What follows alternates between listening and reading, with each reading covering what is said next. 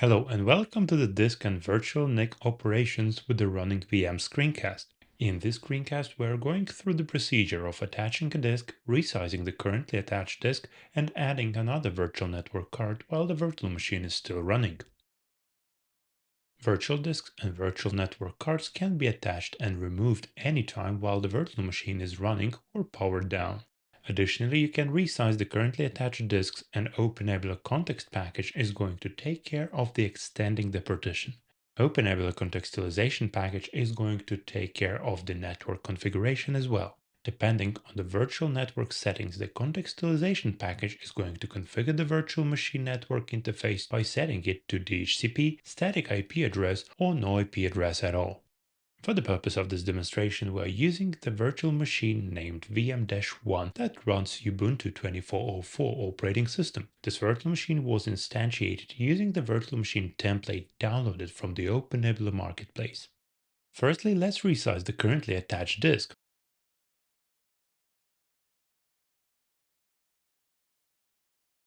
To verify the disk operations, I'm going to use the lsblk command line. As seen in the output, currently the virtual machine has the disk attached to the VDA with a total size of 3.5 gigs.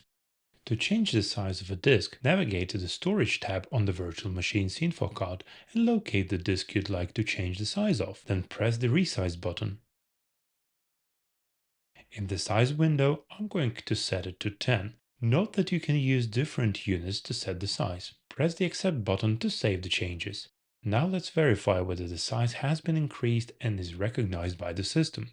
Rerun the lsblk command line once again. As we can see in the output, the disk size is set to 10 gigs and the root partition has increased in the size as well. To attach a disk image to the virtual machine, press the Attach Disk button located under the Storage tab on the virtual machine's info card.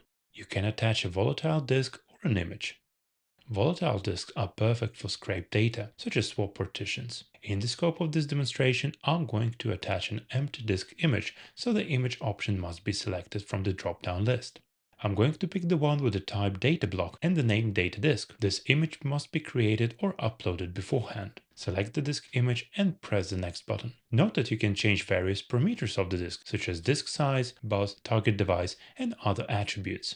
In the scope of this demonstration, I'm going to proceed with defaults. Press the Finish button.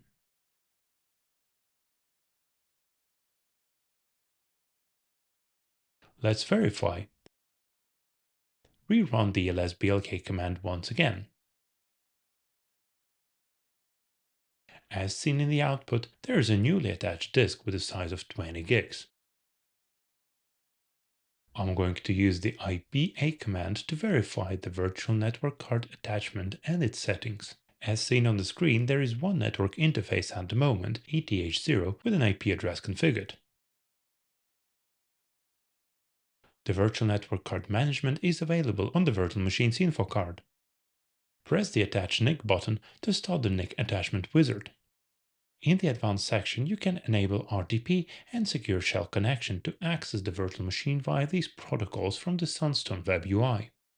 On the next screen, you must pick the virtual network for the network card. You can override the default values if you need to, as well as configure the quality of service settings. Press Finish to apply these settings.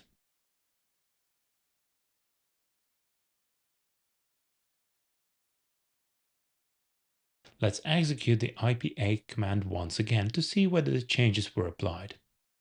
As seen in the output on the screen, there's an additional network card attached, ETH1, and the IP address that was configured by the OpenNebula contextualization package.